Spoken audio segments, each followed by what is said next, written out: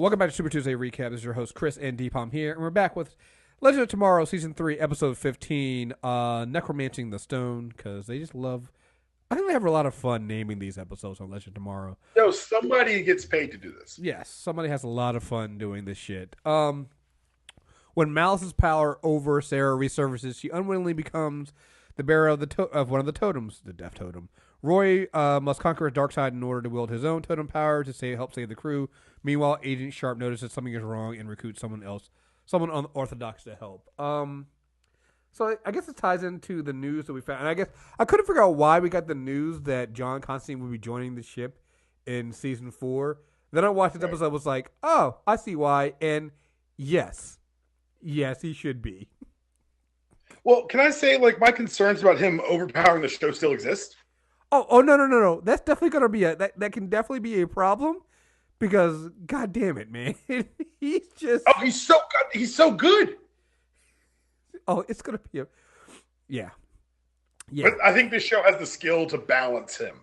Oh, and that's what it's going to take. It's going to take some balancing because, God. You know what we saw in this episode is when Sara split them off into teams. That's a format this show could use. Like, split them off at the beginning of one episode and then tell 3 episodes with each team's mission.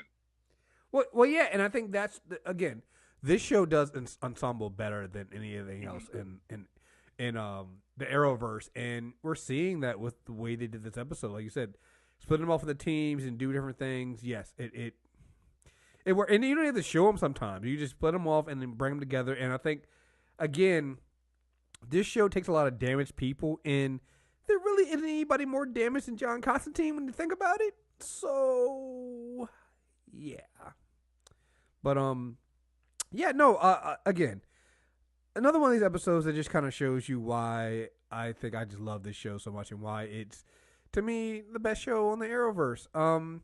You start off with Ava and Sara being cute, and you're just like, oh, this is gonna end so poorly. Like, I know this is gonna end so poorly. Like when she was. That's before they went full aliens with, like, you're trapped on the ship with a monster. Right.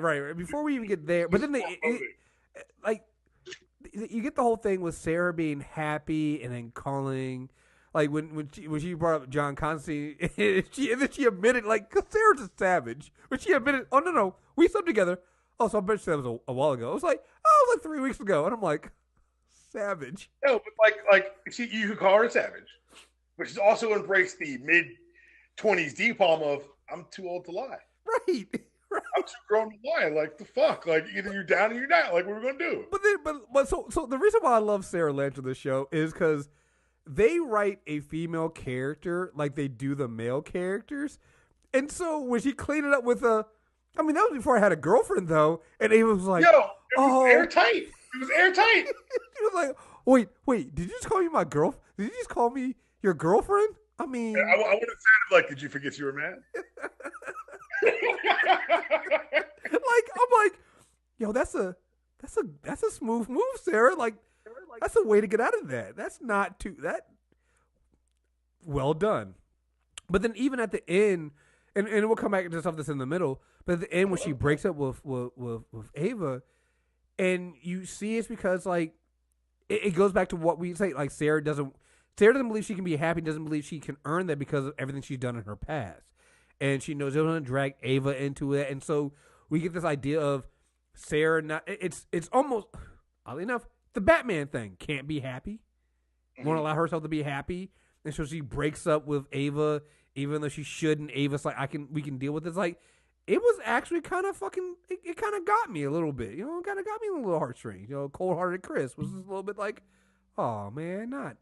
I mean, I knew it was gonna. I knew something bad's gonna happen. It was so fast, though. Like, we got happy Sara for legitimately like 6 minutes. And 6 minutes might be generous. And the show was like, that's too long. Yeah. Make her even. 6 minutes was generous. All right, and then we went straight to Sara having the Death Totem, and this turning into a fucking horror movie, yo. Oh man, yeah. You say that she's Batman. I'll take you one further. She learned all the lessons from the show she came from, Arrow. This is how Ollie would act if he almost died. Yep. This is how Ollie would act. I can't be happy at all. I'm gonna push everyone away. Like, come on, I get it. We're gonna get resolution eventually, but Sarah's smarter than this. Well, I'll take it a step further. I don't think so. Other than like Oliver, where Oliver is, it almost died and things like that. I guess it's kind of like Oliver because it's the whole. I've done horrible things in the past, but I gotta get your question. I gotta get your opinion on this one because I'm of the opinion that she killed that little girl. Wait, is there a debate? Because they didn't show it. I think that little girl's dead as fuck. Yeah, because that's what I'm thinking. I was like, she killed the father in front of the little girl. The little girl saw. I'm like, I think she killed that little girl, and if that happened, then so Oliver gets all like, I have to push everybody away because I'm too dark because he broke the neck of some criminals. No, not because he broke the criminals, because we finally got it last season. We never knew what he had done in his 5 years away. He sat there and tore the skin off a man. Still a criminal. I get it, but if you're saying I don't think I'm happy because of these horrific things I did, that's a line I'm okay with. No, I get it. He killed some criminals. That's fine. You somebody. You dark reload them. I get I get it. That's bad. Sara killed a kid. I didn't say it was worse. I just said, look, they're both bad. I think we're both there. And the thing about Sara is, you're right. This is a good illustration that she cared about Ava because the Sara we know would have been we're cool. Right.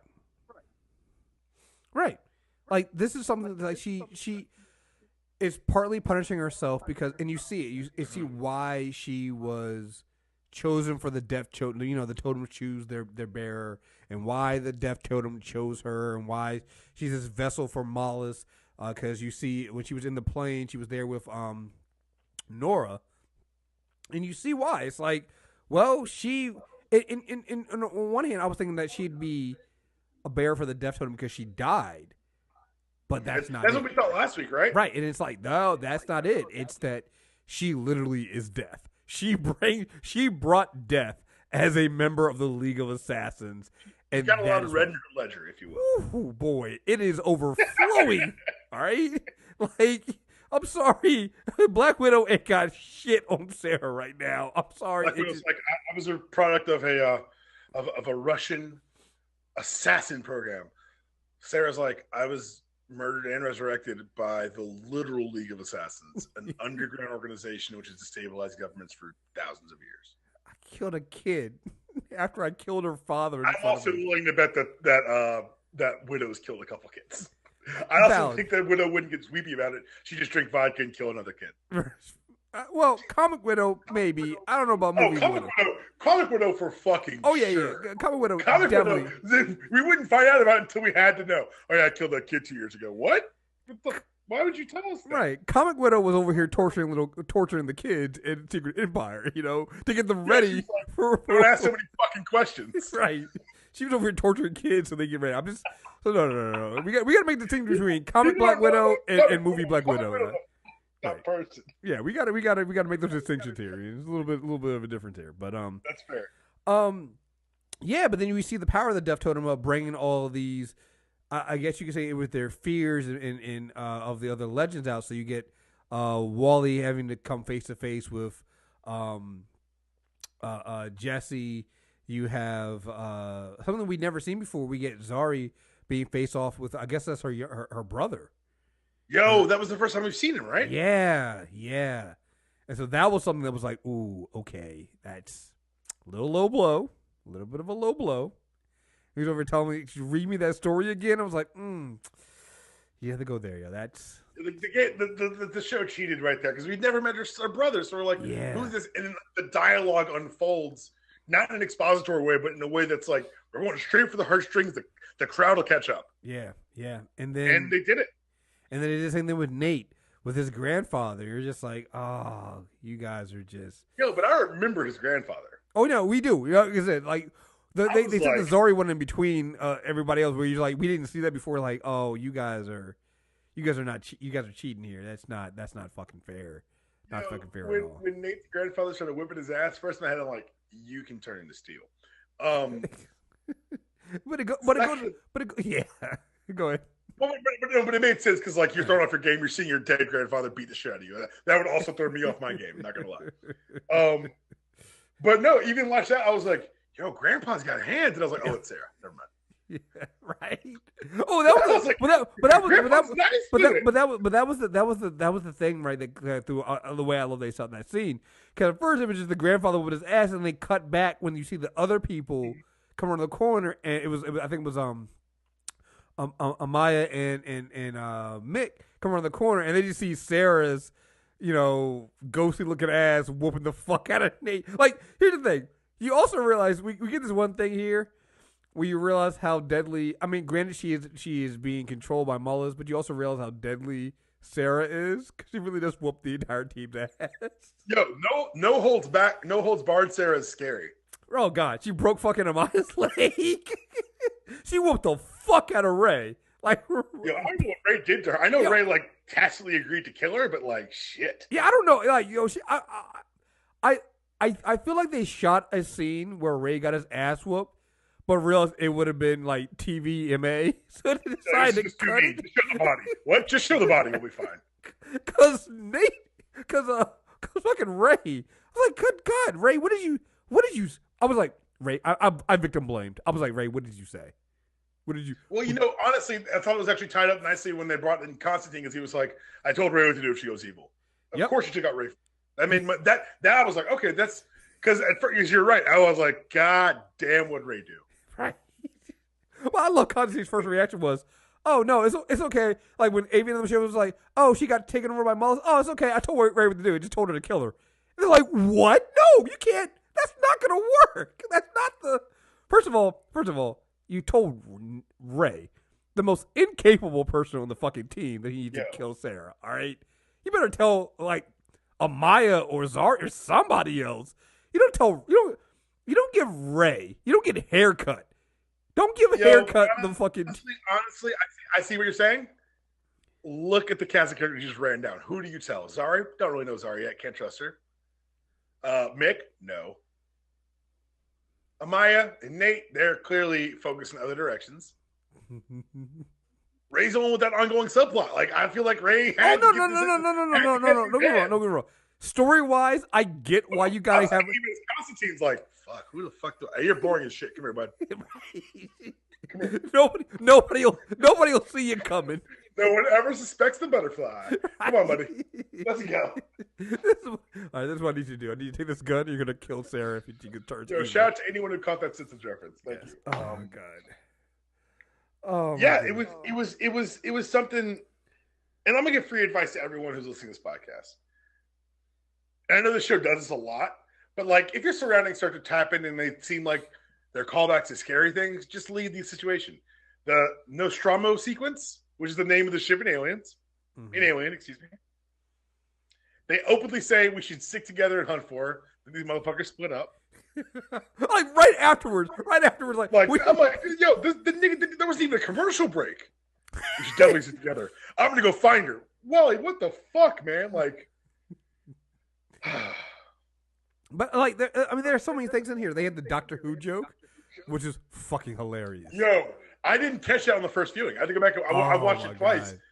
That my business card says Master of the Dark Arts, not Dr. Ruddy. What's his face? Who? Exactly. Right. Well. I if you want. We didn't say it. I enjoyed that just because I hate fucking Doctor Who, so that was even better for me. I'm not a Who person. I'm aware of Who. I've never gotten into it. What do they call themselves? The more Whovians or whatever the fuck. Any of these characters, any of these episodes, I'm for it. Oh, so the other thing too was the Dungeons and Dragons shit was fucking hilarious. All right. Yo, I'm low key like Gary and John should go on a date.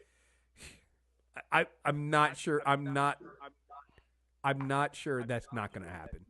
At first, I was like, "Yo, Gary's too much of a herb," but then like seeing how into it John, I'm like, "Yo, these two hit it off." Listen, when Gary started telling his story about the whole Dungeons and Dragons shit, and then started going through how the different characters you can have in Dungeons and Dragons match to the legends, and I was just like, oh, son of a bitch. They've just been doing This is the writing room playing Dungeons and Dragons every week, isn't it? Oh my god, it is, and I think I finally figured out why Legends of Tomorrow is working and why the writing is so good. They've just been doing. They've just been recording like 2-day long D&D sessions. Yes, it's like who's turned it into a role now? It's like literally what they've been doing, and I'm like, son of a bitch. Now I see it everywhere we go, and I'm like, it fucking, damn it, it works. Can I ask a dumb question? Mm-hmm. How did Sara turn into Jesse? She had never seen Jesse before.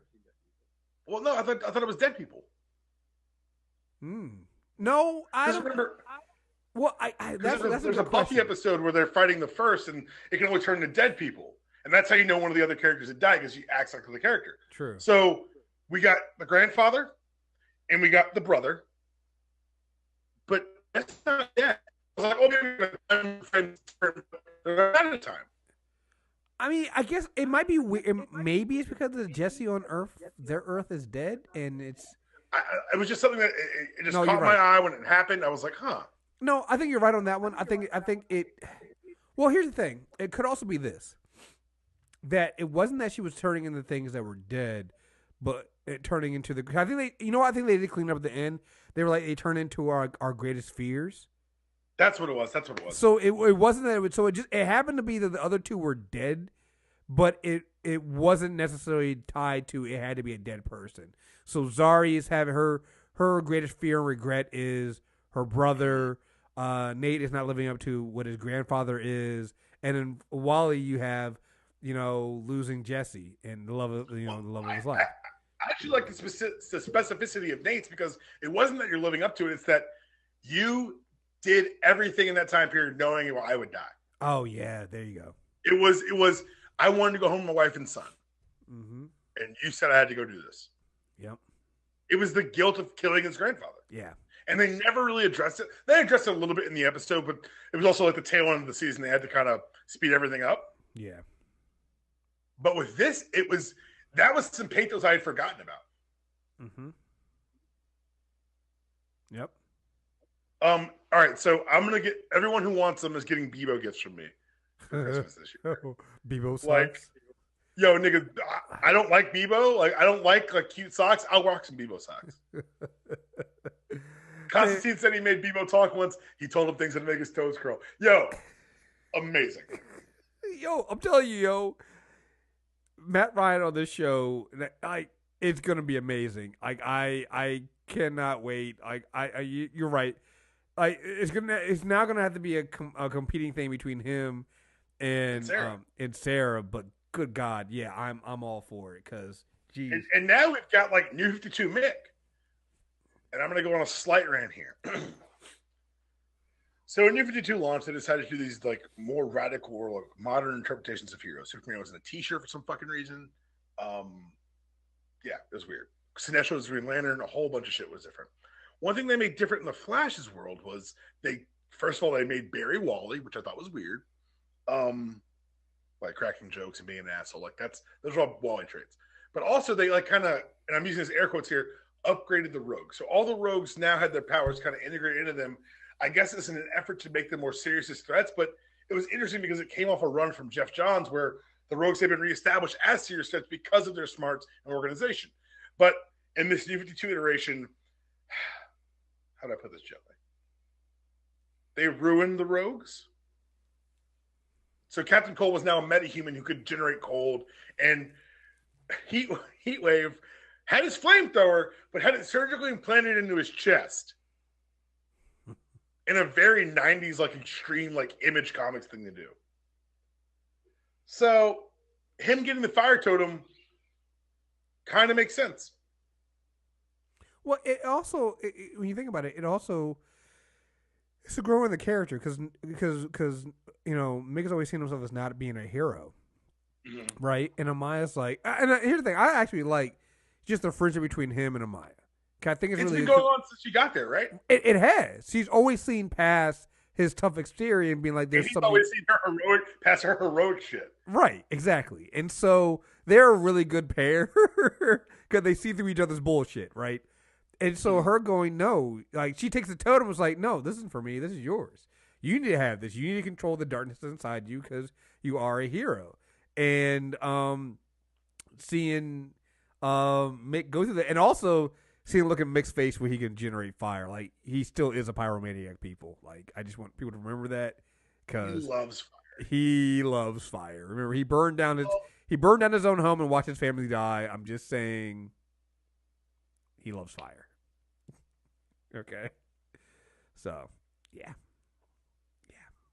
But no, I enjoyed that. I think it's good growth for his character, and I'm glad they did it. Like I said, they've taken a character and make that, again, we know him as a rogue, we know him as not being a hero, and they've made him into a hero. And like I said, he's gone far away from what he is in the comics, but I actually enjoy what they've done here. They've made him his own character, and he's actually got a really good arc. It's weird what they've done with him. I've really enjoyed it. And you got to remember when they went to I think it was earlier this season when he met his father.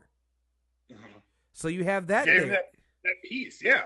So that actually, now that I think about it, that also might be why his attitude has changed, because his father probably went home and might have been a better father a little bit. So, or at least not beat the shit out of him. Yeah, or at least not beat the shit out of him. So, I like that. Gotta love, again, Matt Ryan is great with everybody, because when he's talking to Ava, she's like, they couldn't get a hold of him because he doesn't have a phone, and she goes, "You have a foot, not a phone," because he literally is carrying around a foot, but he doesn't have a phone. She's just like, "Wait, you have a foot but not a phone? What's going, like, what is this shit?" Like, oh man, so good. So, also got to say, 'cause I think we mentioned it before, it's so funny, but I love that they're going basically Captain Planet here with the totems. Like, except for his death. Yeah. Yeah. I mean, honestly, this is literally what we've done. Hard as death now. But we get several of the legends having to deal with this. And why do I have a feeling that Wally comes into play here? Because he's a speedster, and they can, speedsters can time travel. So, and we know that what constructed Mallus's it was time that constructed Mallus's prison before. So you bring in a speedster that can go through time. So I'm just saying. So you know how I know that I love this show? That never occurred to me. I watched too much of these fucking shows and Flash is doing speeds. I'll sit here and I'll come with theories about Flash, theories about Arrow, theories about Arrow, or even Agents. Mm-hmm. I literally just enjoy this show. No, I do too. It's like, it's just one of those things that I'm like, oh, okay. No, that was great insight by you. It shocked me because it never crossed my mind, because my brain doesn't work that way when I'm absorbing this show. I totally feel you on it too, because like this show is just so fun, man. It's fun, but it's serious. It gives you the character development. It's cut a lot of the fat out that I think that plagues some of the other shows. And again, this is me saying that the last two, I don't know, maybe 3 episodes of Flash and Arrow, I think it's the last 2 of Flash and Arrow, were both very good. And they're on breaks now, but like they were very, very good, and they started writing their shit. But it goes to show you that, this is a show that has only 18 episodes. I think having 4 less episodes means that they have to write a little bit better. So you're still getting the fun. Like, here's the thing. At no point, even with everything that's going on, like, this is a very serious show, very serious thing where you have Sara trapped, and being used by Mallus to basically bring death and destruction to the rest of her fucking team, all this stuff going on. But the show still maintained its fun comedy aspect of it as well, because you then have Gary and Ava trying to go to John Constantine to try to save Sara. Like, you still kept those pieces there. And you've got Nate being like, if I'm not back in 5 minutes, wait longer? No, come rescue me. And the Mona Lisa being a self-portrait of Da Vinci and drag? Yes. Oh, my God. Yeah. Yo. How about Ava being like, those holofeeds can really wash out your skin? Like, trying not to be like, you look terrible. Right. You get that? Right. It's like, but you're right. It's the balance they're able to strike, because, look, and last of all, tip of the cap to Katie Lotz, because she killed this episode. Yes. She's able to play like Sara with this vulnerability that you don't see in the character, and especially like you get those the dimension where she's talking to Nora Dark. Yes. Like the subtleties, like the nuance she's able to bring to the character, partially because the character, yes, has been around since the inception of the Arrowverse, but also because we're invested and we've seen such a one. I think something you said earlier was really good. You said that they're writing Sara like a male protagonist in another series. Yep. I'll take you one step further. This show writes more well-rounded characters, fully realized three-dimensional characters. Fucking Gary's a D&D nerd. We didn't know that before now. Yo, Gary We've has... gotten to watch... We've watched Gary throughout the entire season almost. Like, Gary just showed up once. Like, I don't remember... Nigga, Gary has an arc. Yo, it really does. And then but that's the thing that's happened. It's like they have... like. But I think that this is one of the things that this show and Agent of S.H.I.E.L.D., I think, have figured out something that I think the rest of the Arrowverse is, and some of the other shows too that are trying to figure out, and that is when you have an ensemble cast and you have more than one main character, you're going to have every episode. You have to find a way to give them something to do every episode, even if it's something silly like that. An episode ago where Mick was just sitting there watching the football game the entire time, like that's all he did, but it worked because when you needed him to do something, you had him bark the orders. That was it. And then that's the only reason the only thing they needed Dominic Purcell for that episode was for that. Sit in the chair, watch football, yell at the screen every now and then. You're good. That's all you had to do. But it worked because showing Mick be that disconnected and also showing him that he was that into the football game. Yeah, on the surface, it's like, oh, he's just about the football. But you find out later on in later episodes, it's like so much change going on. Like it was him being able to be normal and catch up on something that he hadn't seen in this whole time. He's not going like, oh my God, that made sense. Those kind of things, I think the other shows can work. It's like on Agent of S.H.I.E.L.D. where you take a character like Deke that we didn't give a fuck about, and now we give a fuck about Deke. Like it's you have to find a way to make all the characters matter. If not, if you're only going to focus on the main characters, whatever they are, and I think that's the other thing too. That I think between Agent of S.H.I.E.L.D. and Legend of Tomorrow. Yes, you have main characters. So in this in Legend of Tomorrow, it's clearly Sara Lance, Katie Lloyd is the top. On Agent of S.H.I.E.L.D., it was supposed to be Clark Gregg, but now you kind of, it's a little bit more fuzzy now. But that's the reason. It's like you don't really have a lead, and you're able to have different people take the lead. Like when we had the Zari focus episode. Like imagine on The Flash, we never get an episode where we're just Cisco. Right. Because you can't. Right.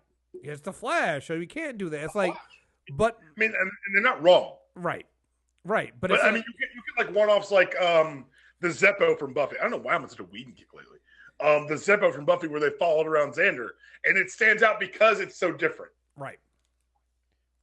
So, like I said, I love this fucking episode. I love this show. I think they do it better. I think they've done such a great job of making everything matter. And again, even here with we get without even really showing it to us, we still have not seen. If you think about it, we still have not seen the main villain.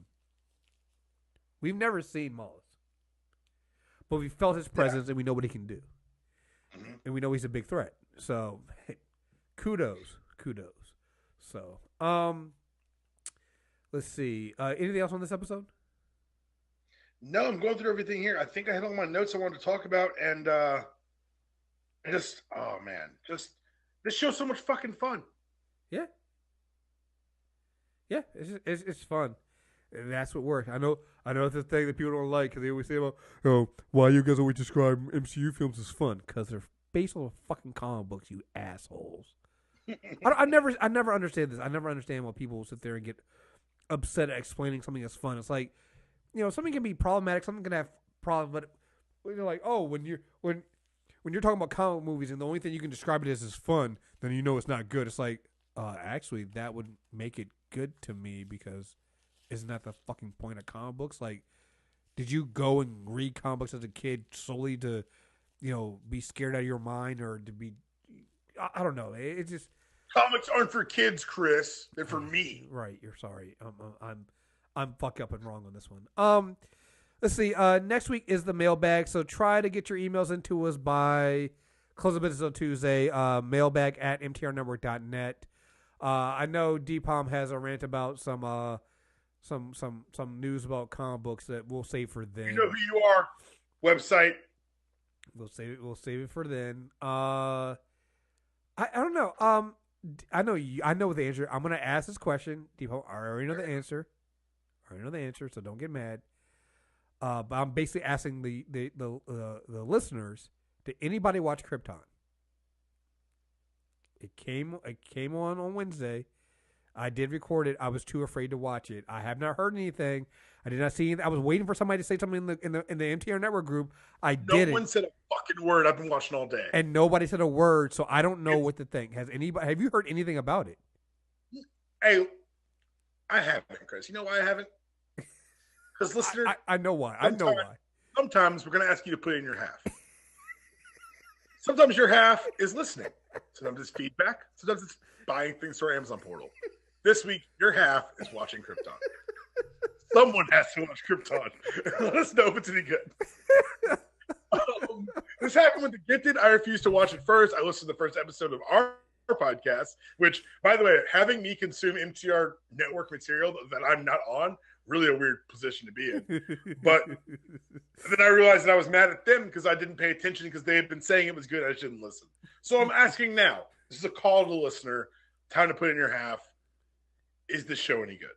And don't give me that. Well, I mean, it's just as good as Gotham because Gotham is not good. Look. So don't. You guys know who you're talking to. This is why I didn't ask you if you watched it. This is why I was not talking to. I was like, I know better. I knew better than to ask Depom if he had watched Krypton. I knew, and I was like, I know not to ask you because I've been rereading Jonathan Hickman's Fantastic Four. I have no time for such trivial matters as fucking Krypton. Which, by the way, we're going to do the comic book club about that because I just read both omnibuses and I may have cried twice. Yo, have you read that run in a while? No, I need to go back. I need to read it. Well, I want to. As an older person now, like, I'm no alarms off anyway. I'm not on the cusp of fatherhood, but it was like, no, this is the fucking 100 issues about a boy and his dad. Yeah. Like when you figure out that all the other reads are the way they are because none of them had their fathers because Nathaniel had to kill them, like because of the Great Hunt, and like you put that all together, and you're like it's one of those things that you step back, you're like, oh my god. Yeah, I want to do that. I want to also read. I think once Agent of S.H.I.E.L.D. ends, I want to. Well, right before it ends, I want to read not just Secret Warriors, but his Shield run as well. Oh yeah, they're allegedly finishing that last issue of that Shield run. I know this summer. Allegedly, I heard. It's I'm been waiting. 2 years. God damn it! I know. No longer. It's been a little bit longer than that. Because that came out. Was that before or after Secret Warriors? It was after Secret Warriors, before FF got announced. Yeah, so I would say yeah. So that's no, because he's think about it. He did his Ultimates. I think it was alongside his Ultimates run. He did 12 issues of Ultimates, which I had forgotten how crazy that run was. Wow. But yeah, Ultimates, and I think it went Ultimates and Shield at the same time, and then Shield was like on us. It came out 2 months in a row, and then like another 6 months passed, and then like a year and a half. Shit happens. And now it's been like 6 years. But I'm gonna trust me. If there's one place on the internet you're gonna have people talking about it, it's when Jonathan Hickman drops a Marvel book. Chris and I will be there. Yes, definitely will be. So we do that, and and you speaking of Marvel books. If you're not a premium member, make sure you sign up for a premium. We are talking the Ultimates this weekend. Those 2 Ultimate books from Al Ewing. So be a premium member. That's going to be a comic book club this weekend. So just stay tuned. Oh, and then the Character Corner, we're coming up with our second part of Batman, which, you know what? We have so many things coming out. It might come out the rest of this year. I mean, it might come out this month. So you might actually get 3 Character Corners in March. We'll see. So you're all very welcome. Your payment will be watching fucking Krypton. Yes. Pay what you owe. Pay what you owe. These are free. Pay what you owe, motherfuckers. Go watch this show on Sci-Fi and tell me it's good so I can call you a liar. Here's the thing, you know what? The fact that it's on Sci-Fi is the only thing that gives me hope, because I do like sci-fi shows. But see, and the thing is, Sci-Fi doesn't give me hope because I have no positive association with Sci-Fi outside of getting drunk with my friends and watching Sharknado. Oh no! You need to watch more. You need to watch more Sci-Fi. I probably do. That's probably true. Like the original Sci-Fi shows are really good. Like The Expanse comes back in April, and I'm so excited. I'm so excited for The Expanse. Anyway. All right, folks. Thank you guys very much for listening. We will be back. Make sure you subscribe. Super Tuesday Recap. We're not on Spotify yet with Super Tuesday Recap. I'm still trying to get us up on there. Character Corner is on Spotify, but you can get all the Super Tuesday Recap stuff on iTunes, Stitcher Radio, Google Play Music, and everywhere else. Again, make sure you get your emails into us. Mailbag at mtrnetwork.net. And until next time, we are out of here. Peace.